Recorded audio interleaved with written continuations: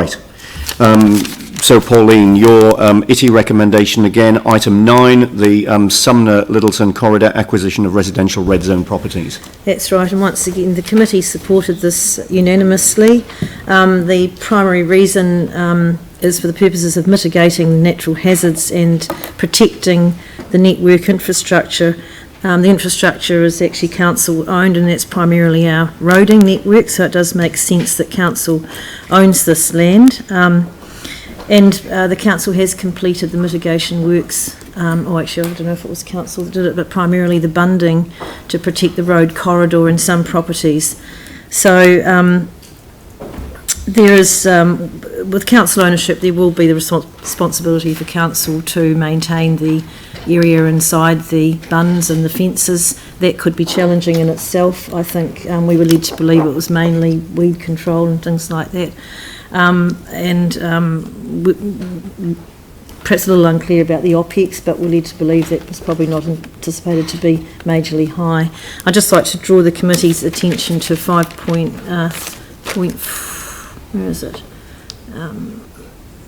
number 5.8, that that has been resolved. In point 4, that clause 5.8 of the report has been resolved to the satisfaction of all parties. So, yeah, the committee is supportive of this for $1 and would like to move this forward. Great, thank you. So, questions, Yanni? Can we be advised what the proposed terms and conditions are? Certainly we can keep you informed of those, but they'll be fairly standard conditions related to transfer of land. So what would normally be in the, I think we use the Auckland Law Society form of contract, and there'll be those, but I'm happy to share those with interested councillors if you want. So is that, so under 5.8, is there anything in there that's unique about the ongoing liability that we're inheriting from acquiring this land? So how, under 5.10, how are we planning on dealing with the risk of exposure from a financial point of view around those future liabilities and costs and management and maintenance? The whole structure has been designed by our geotechnical people in partnership with Lynn's geotechnical people, and that's how the big concrete, the big stone barriers have been built. If you have a look, we've fenced off this area, but we've also fenced off a whole pile of other areas, because the geotechnical people have said there are areas that will be need to keep the public out in case we have another earthquake, but the run out from the rock doesn't go as far as the road, so we didn't need to build the rock barriers. In this is, we think, is the transfer of the land on which we have built infrastructure. So you'll see it is in patches and bits, and it's not one coherent, and there's a couple of bits on the end that are still subject to rock fall, but they are not being transferred around. So basically, really, I suppose our responsibility is to, one, protect our infrastructure, obviously, that's there, but secondly, somehow we will have to restrict access to the land in behind. So, but what I don't understand is, like, if we do nothing and the Crown continues to own these properties and maybe they get put into the dock estate or whatever, then surely they have the liability. Like, my understanding of reading the report is that if you have land that's, that's causing a risk to someone else, then you have a liability. So why are we taking the liability off the Crown in terms of future hazard mitigation? I think it's important to realise that the reason why we're involved is not because of the liability of the land, is because we have put in place assets to protect the community's infrastructure, mainly the roading network, and their safety. So we need that access to make sure that and the management and the control to make sure that those assets remain protecting community safety and ensure that those networks are operable. So that's the main reason for doing this. It is not to take on any other liabilities. But we do by the sections that we're acquiring, like the hills and the rocks and the cliff collapse. That's all coming across to us. You'll see in here the size of the sections. We are taking over the sections that are just on which we have infrastructure on. And that's why there are some that might be desirable in the long term that you could do some other things on, but they are not part of it. So only the ones that we're taking over is where we need in the long term to ensure that our asset is maintained in the long term to protect the road users. It's purely from a road barrier perspective. Okay, and just a final question is, when are we getting a report on the other Port Hills Redzone land that's adjacent to reserves for transfer? So we've spoken to Linz and they've indicated that there are more properties to come, and we have commenced that conversation with them. I don't have a specific time frame at this point, but I'll let councillors know as soon as I can on what that time frame will be for reports to council. Thank you. Aaron. Yeah, mine's just some concern still around the financial implications. Like, it's cheap land, $1, good deal. But it is the ongoing maintenance, and under financial implications said funding source, none, although there is potential to fund future maintenance of the properties through the LTP, so on and so forth. Have we kind of worked out how much that might be? Because I had a whip through it. Seems like it's about 23, nearly 24,000 square metres of land, which is quite a lot. It's nearly 24. The real issue in there will be, one, obviously, we're going to have to maintain, whether we own it or not, we're going to have to maintain our infrastructure. We're going to have to, if you have a look, there's the fence along the front of it. That's probably going to be our biggest cost. In behind, we will have to meet the requirements of the regional plan around pest control, around plants would be the biggest thing. And basically somehow we will have to maintain that, no access to it. One of the real problems is health and safety. Don't think I will be putting staff necessarily in there, or we will be putting staff in there to do that. However, because it's sitting and it's protecting transport assets, it will also be in partnership with NZTA. And you've got to appreciate these things built, even though they were in our names, was built as part of the 83% corridor money that we did get. So we believe the biggest expense will be ongoing weed control, which we actually don't think is, if you have a look at the quality of the soil, you have a look at what's growing in some of those other places that have been shut off, actually we don't think will be that expensive. The issue will be how do we do it, and depending on what council's philosophy is on and use of various sprays and things like that, we may need to come back to you and see what's cost effective might be a solution. So look, it would be the methodology that we've still got to work through.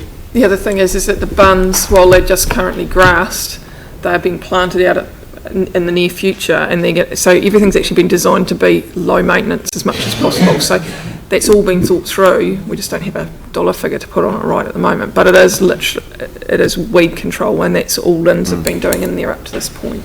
Yeah, it would be kind of nice to know that, because if we've got to send in little remote controlled robots or whatever to do the work, I mean, like, we should never ask people to do what we wouldn't do ourselves. So maybe the councillors could go, Dave, you could nominate a few. Is that going to be added to the resolution, Mr. Chairman? Okay, so we're still in questions at the moment, and I'll go to Dave. Thank you. I'm very supportive of the proposal here before us today, but I just really wanted to pursue the acquisition of current residential red zone land, and you're telling us that you're acquiring this to protect the assets that we've provided for community safety. Taking that to the extreme and looking at other issues around the city, acquisition of red zone land and protection of people's property and whatever, what is the process for that you went through to acquire this land, and could we hypothetically apply the same process to the South Shore Spit, for example, and say we need to provide an asset along there to protect residential property? I'm not au fait with the South Shore spit issue. It may well be, but I need to do some research on that before I can give you authoritative answers. In terms of the broader process, for this one, we have been reactive to Lynn's raising the issue with us, but as a result of this, we've been working to be proactive to consider the future properties and start making those contacts with them about what are their plans, what are their timeframes, so that we can fully inform councillors early about that. So that's my answer to Councillor Johansson before. We've started that process with them, we're gathering information, and we'll come back to you as soon as possible with further information on that. It just seems as another possibility or another approach to solving some other solutions to issues around the town. These are very peculiar assets because they are single use. You know, if I build a stop bank, for example, or we build a stop bank, it's multi-use. You could let people access it. Where these ones are, well, I can't think of any other assets that we've got in this kind of place where they've got to be locked away to to mitigate a risk on a very important transport corridor, and they've got to be locked away. That's they're very unique in that. Right, thank you very much. Now, Sarah has indicated that she's happy to move this. Yep, so moved by Sarah, seconded by Pauline. Is there any debate? Yanni? Yeah, thanks. I think this raises a whole number of concerns, and the one that I do support is 26 Nayland Street, so I'd like my vote recorded in favour of that. But you know, the frustration, it's a bit like the last report, like with the skirt not doing the proper repairs, and so we end up with patchwork and we don't do the renewal at the same time. This one, we've got a piece of land that the community and council actually, through the community board, wanted to incorporate into the Sumner library, the new community facility, and we were unable to get any traction, any progress, and now that building's opening soon, and their design couldn't incorporate the land across the street, which just seems such a waste of opportunity. So it's really frustrating. Like, again, this is sort of, you know, at the end of things when actually the opportunities to save a lot of money and do things in a more joined up fashion just don't seem to exist with central government. And it's interesting that we can get these reports that transfer a huge amount of risk and liability, and even in the report itself, it says we just have no specific provision in budgets for future management and maintenance of these properties. Goes on to talk about we don't know what the risks are, and that there is concern, I think, in the report over the uncertainty and the possible potential liability of the land. So what it says also under legal obligations, that landowners have the right to ordinary use and enjoyment of their land. However, adjoining property owners also have this right. Therefore, it's the landowner's responsibility to ensure that any activity or potential source to interfere with other landowners' rights is managed. So, you know, I think that basically this is letting the Crown off the hook for what I think it could be a very huge liability. We don't have the financial information about how much it's going to cost ongoing, and how it's going to be maintained.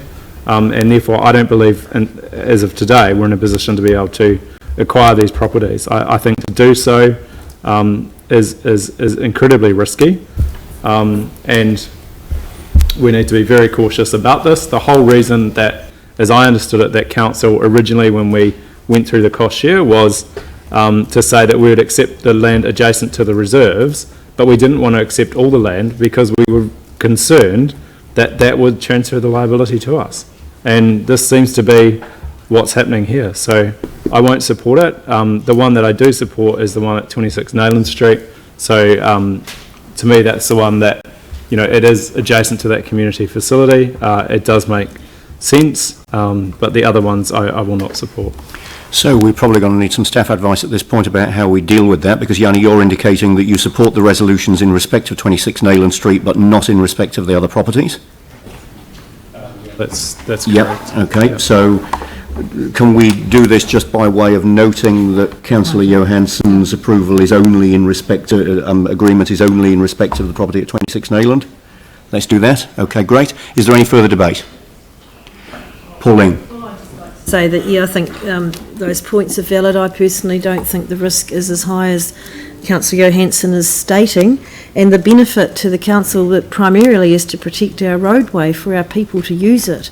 So I think in light of that, that outweighs everything else. I think I have confidence in the staff report that they have investigated everything quite clearly, and that they have given me some comfort that they're convinced the OPEX won't be enormous, and we will find a way around that. So in that way, I'm supporting this. Great, thank you. So I'll put the motion. All those in favour? Against? That's carried. And just noting that Yanni's approval of, so Yanni is in favour of 26 Nayland Street only, and is voting no against the resolution as it relates to the other properties. Great, thank you.